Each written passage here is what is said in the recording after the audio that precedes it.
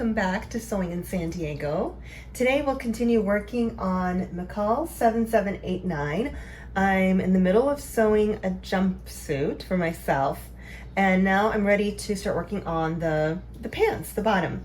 So before I start assembling things, I wanted to give you a visual of what these next couple of steps will achieve. So this here is piece 9. It's the front of the pants, a very large piece of fabric, and right behind it I've tucked away here piece 10 and piece 11. So once everything's lined up, this will be a side left, if you're wearing the garment, side left pocket. And then here you've got the crotch, and then this will be a front pleat that we'll start with. So let's get going. The instructions are here to take the line with the small circles here and make a crease. Bring it forward to the line that has the large dot, and I've drawn them a little bit exaggerated here. As you can see, larger dots, so larger circles, excuse me, are here. It'll line up like this. And then the instructions call for a basting stitch. So I'll go ahead and do that. I'll use a very long stitch on my machine. This is number 4, but whatever widest setting you like, or you can skip this step and just use pins. But the idea is that this is nice and nice together and flat, so that when we start stitching across here, nothing is moving around, and then we have a beautiful pleat at the end of this process. What I will do to help myself with sewing a straight line is throw in a couple of pins here. Again, if you've seen any of my videos, you know that I talk about my love for pins. Let me turn that off. I hear a timer in the background, and I'll be right back. Garlic timer. Okay, the garlic timer went off for my husband's cooking. All right, so here we have everything assembled. Fabric is folded over, the two lines meet, the circles match up. So I'll go ahead and baste this using the longest stitch length that I have on my machine. I hope you can see this. There's the stitch length dial. I use a Sharpie marker just to indicate which way I have to turn and what number means what, just to make things easier. There's a width stitch dial. I only use this when working with zigzags or something like that. This is the one I'm usually messing with when thinking about basting or other things that require different stitch lengths. All right, let me make sure the cameras, and there, everything's lined up, and I'll do a basting. This, I don't know when I'll remove it. I'll decide that when I get there. But again, the idea is just that things are nice and lined up for when I start sewing along this upper edge here.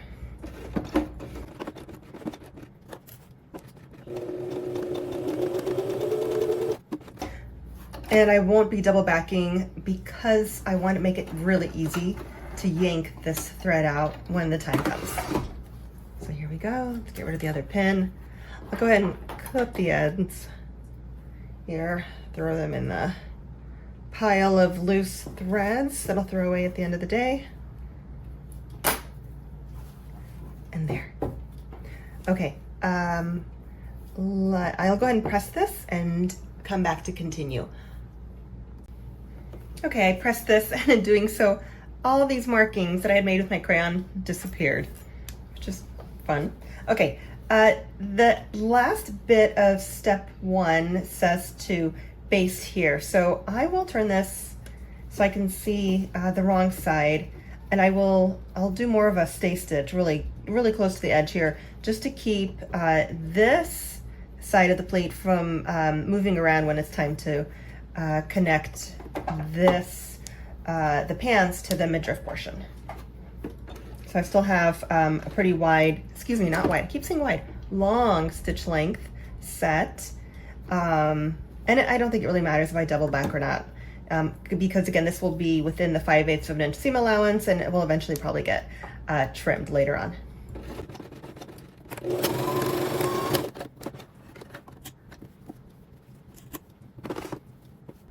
There.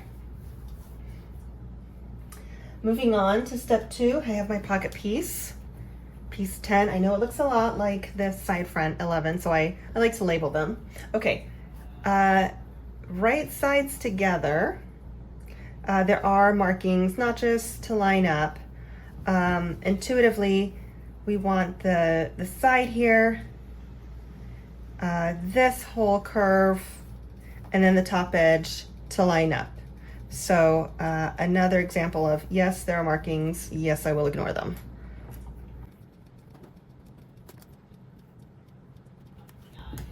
And then this is what we'll be stitching. So I want to be careful to make sure that when pinned, that all of the edges are nice and flat, so we don't end up with any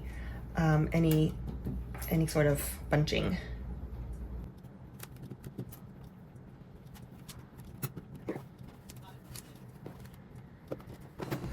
And now I'll change my stitch length. It'll be something like 2.75 if I'm trying to be consistent. 3/8 of an inch seam allowance. There's a dot hiding here. There they are. So the instructions do say to sew from the dot to the dot. There's another one here. If I were to measure, they would be at roughly 5/8 of an inch seam allowance. So they want to make sure that all of this is accounted for.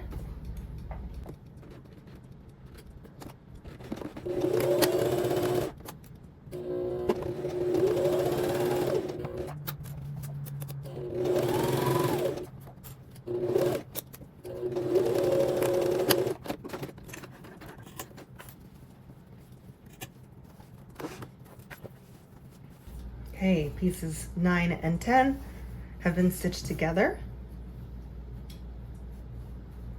And now, what I'll do is trim this. Just take my scissors so there's less bulk when it comes time to flip this over. So let me do that now.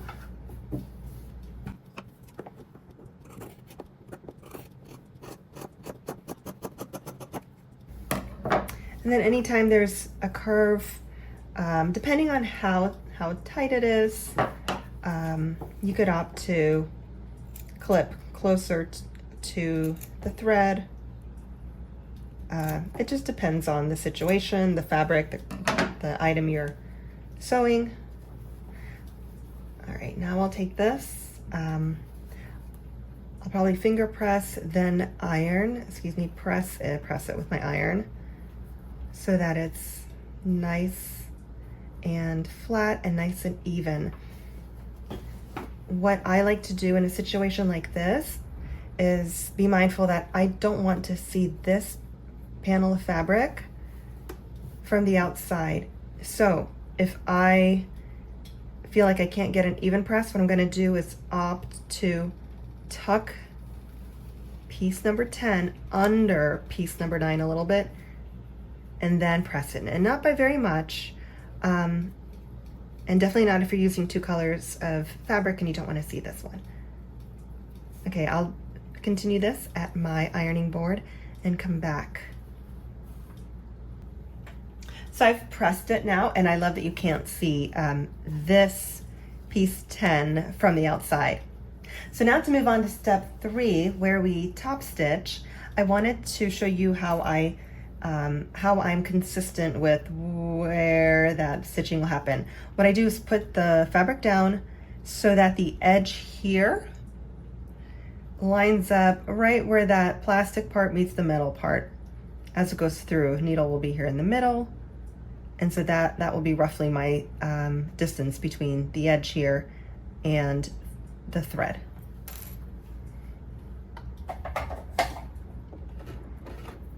Yep, oh, already down.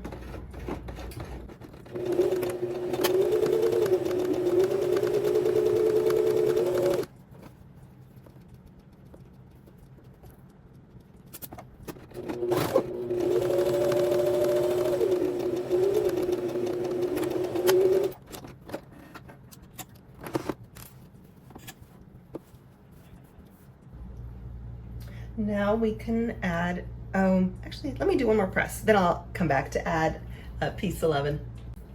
Now we get to incorporate piece 11 into the mix. So I have it down here covering piece 10, which is of course already stitched together to piece 9. And here I'll pin things down so that I can sew all the way around this curve here, and then we'll have a pocket. In pinning, I also want to make sure that this remains a relatively straight line and that things line up right here.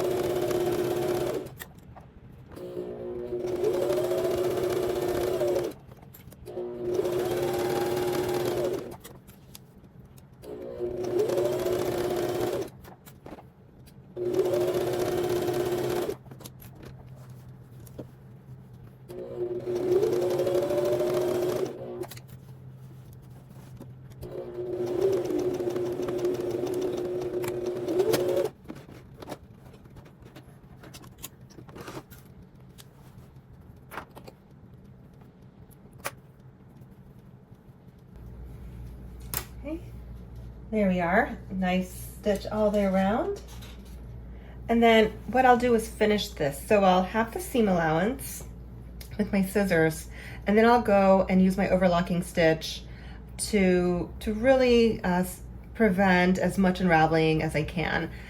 This being a pocket, you know, kind of swishes around inside the garment and against our leg, and I don't want it to fray unnecessarily.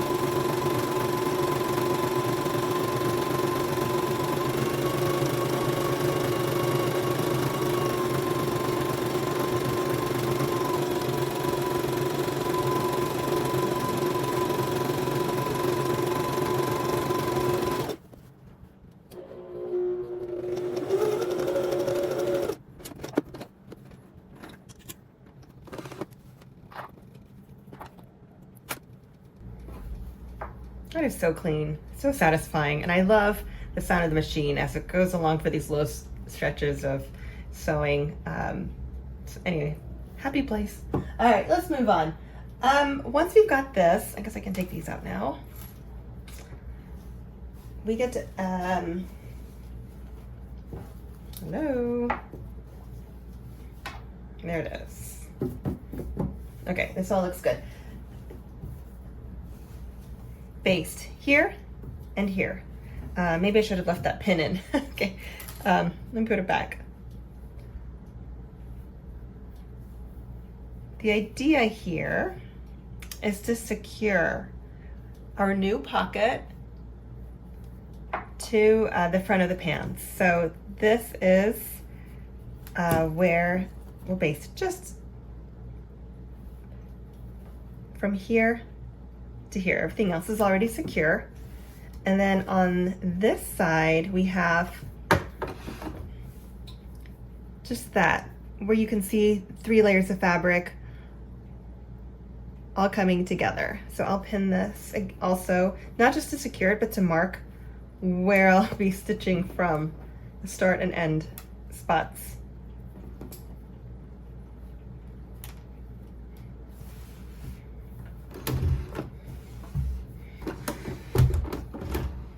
For this, I'll need to change my machine settings. to, excuse me, back to a straight stitch. And I'll do a longer length here. There.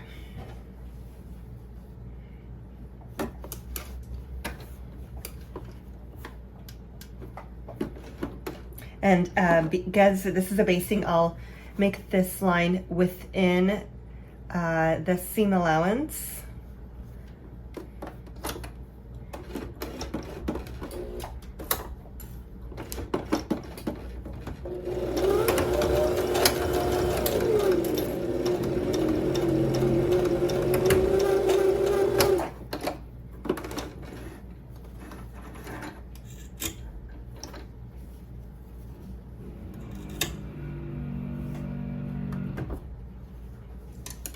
And the same thing over here.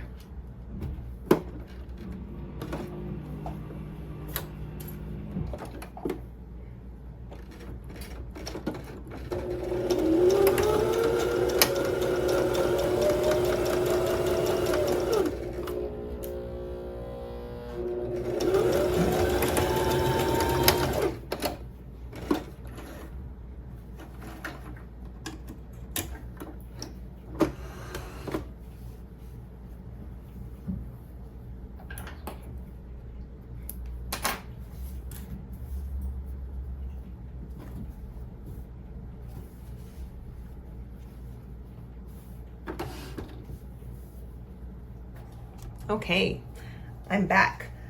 So remember that garlic timer that went off earlier? My amazing husband is at home today and he made this. That hummus was made from scratch and there's pieces of garlic. So I am now snacking as I sew, which is a dangerous game to play, but that is delicious. Okay, here we have a back piece for the pants. And I went ahead and just finger pressed, again, the small dots line over towards the large circles line, and I will pin this stuff in place and then baste.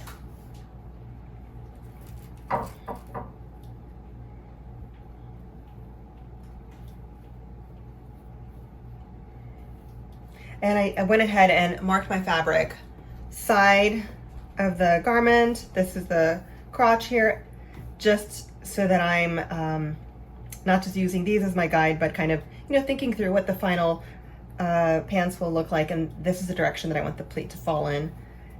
And this is pointing towards this end.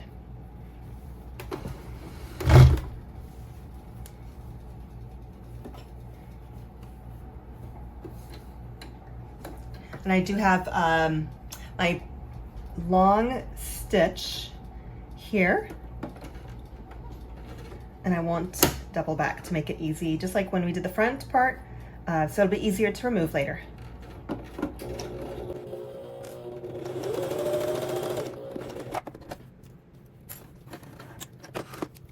Now I'll press it, and then we'll continue. Okay, it's nice and pressed here. Now I'll continue on with that same step and finish by basting right along that top edge.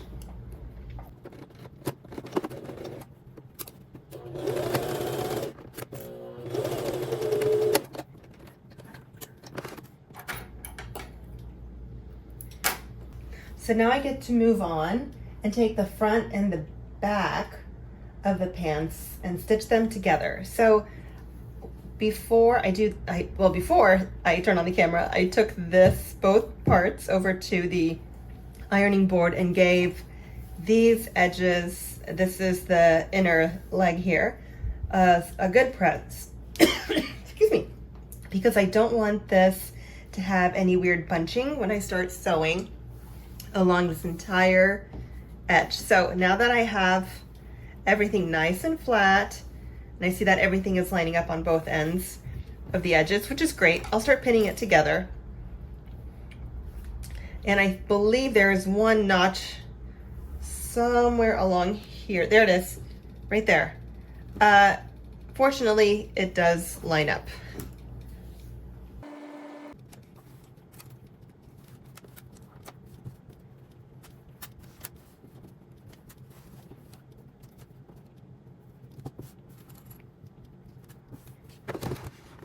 Now I'll need to make an adjustment to the stitch length, get it back to that, I believe I said earlier, 2.75. So that I've selected the stitch length just between the 2.5 and 3 line. And I'll sew this at a 5/8 of an inch seam allowance.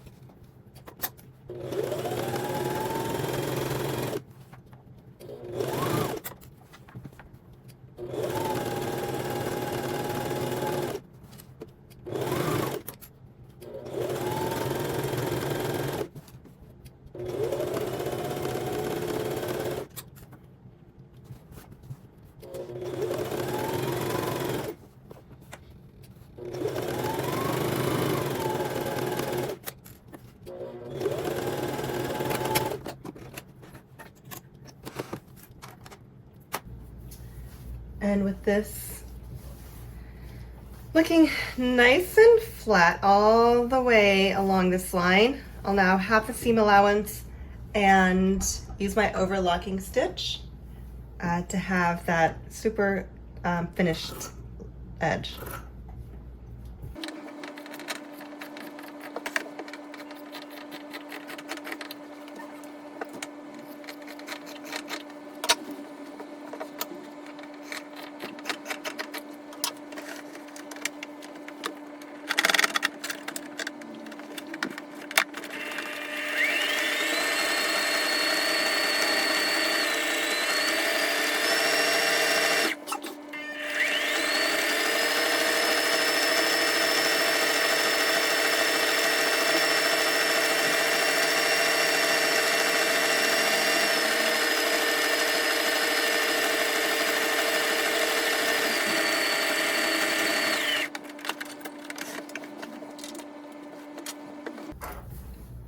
I'll do the same thing to the other front and back pair as well, and then we can put all of this together.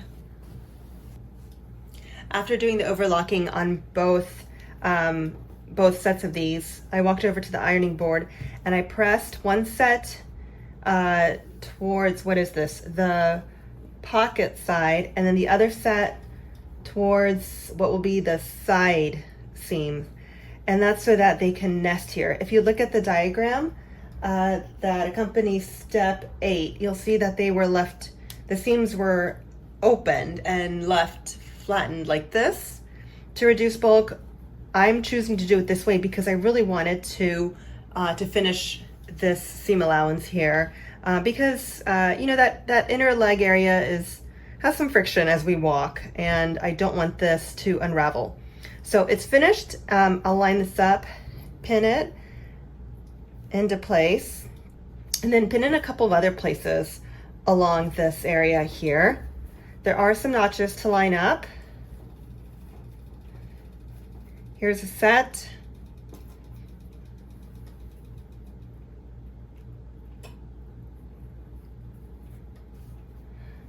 Another one here.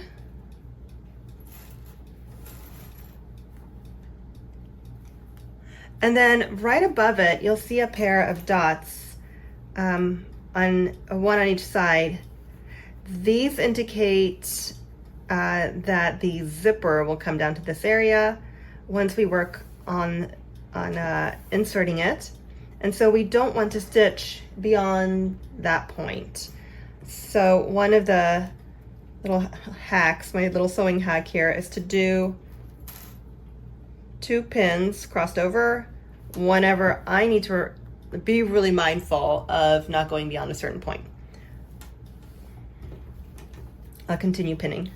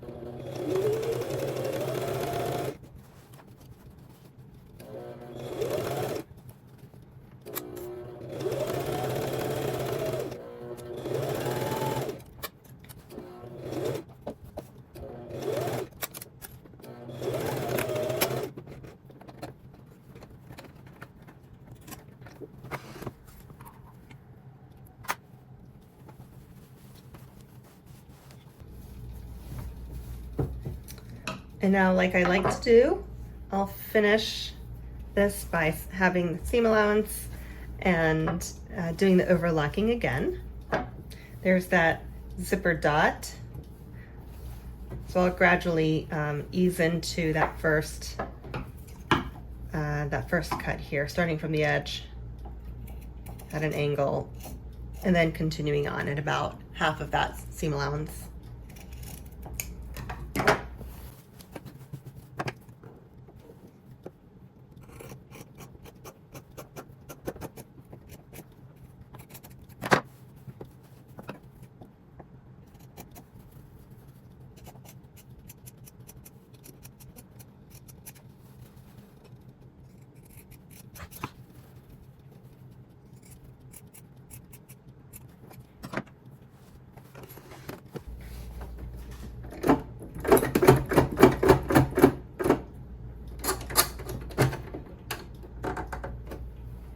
And if you read the instructions right there for step 8, I'm going to quote here verbatim. Stitch again 1/4 inch away in seam allowance between notches. This is their way of saying to finish the seam allowance, whether it's with that method or using an overlocking stitch like I'll be doing.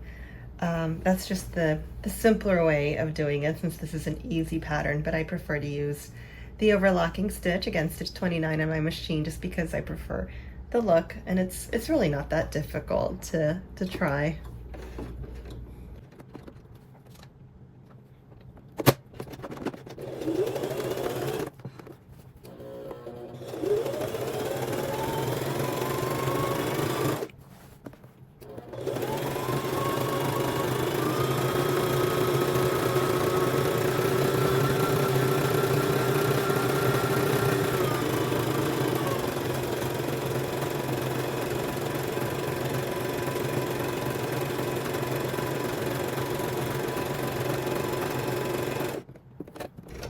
I'll stop there because of that dot.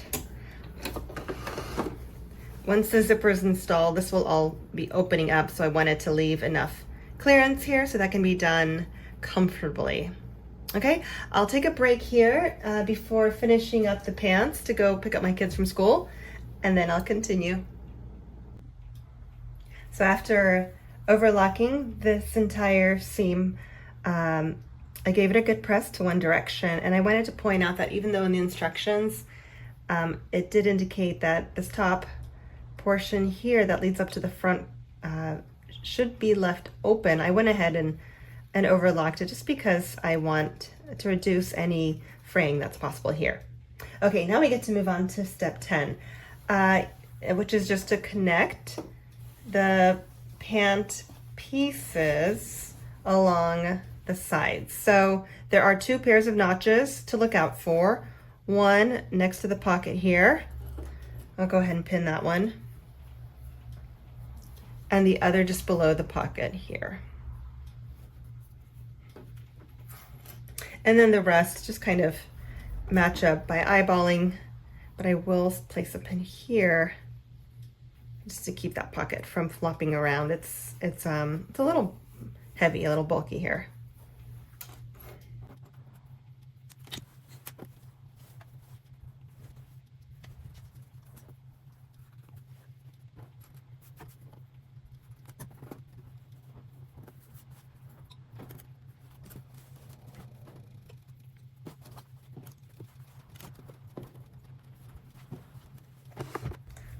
And now we'll just do a simple straight stitch all the way down at the 5/8 of an inch seam allowance.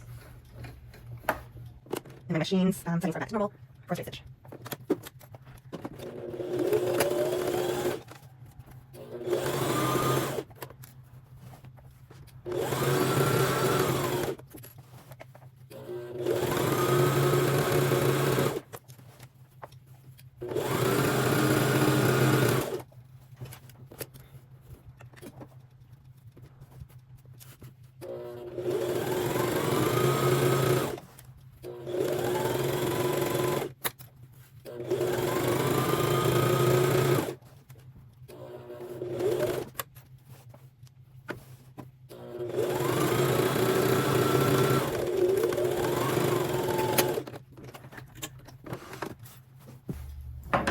And as usual, I'm sure you know exactly what I'm going to say. I'll have the seam allowance and do an overlocking.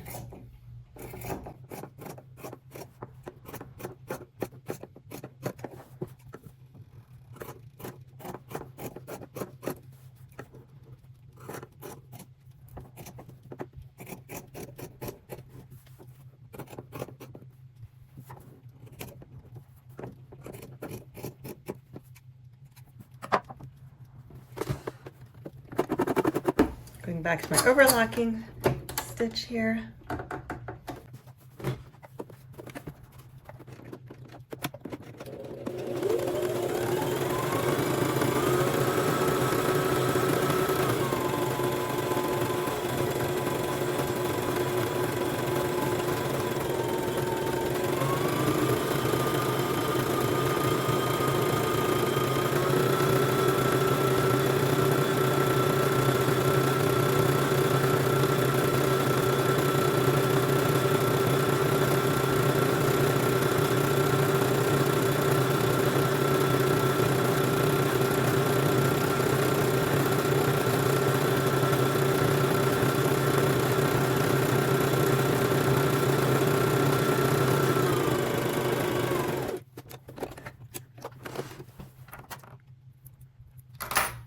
Well, there's not much left to do here before I end this video. I walked the pants over to my ironing board and I pressed the two side seams back. And the reason for it is this pocket, I know it's hard to see in this sea of green, but I want this pocket to lie flat right there, as it is currently. If I were to press it forward, and I'm holding this seam forward right now, maybe you can see how this is kind of bunching up. This front of the pants is trying to curve under, creating this, this three-dimensional situation that we don't want. So now again, I'm holding that seam allowance back, nice and flat. I love this. There's only one thing left to do in this part 2 of this 3-part video series, and that's to do some e-stitching along the top here. So I will set my stitch length to longest possible. It'll be a straight stitch, and then that's that.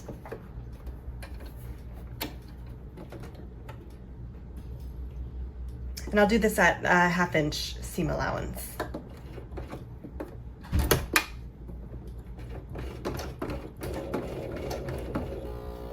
And I will not be double backing at the beginning nor at the end.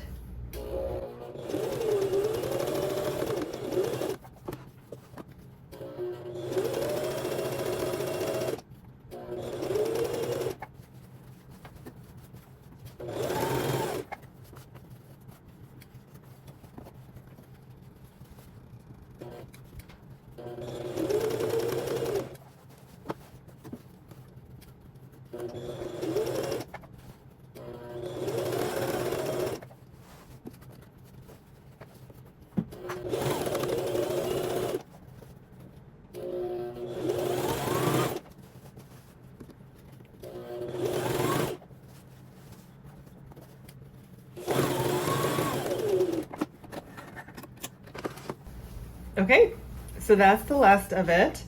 And I will leave these ends here because they are ease threads. So I'll put this aside and I'll continue in part 3 with you. But first I have to show you this. So remember how I mentioned the threads? This is everything that I've accumulated since the beginning of this video. I'm curious if you end up with similar collections whenever you're sewing. Anyway, thank you for joining me for part 2, and I'll see you in part 3 soon. Bye.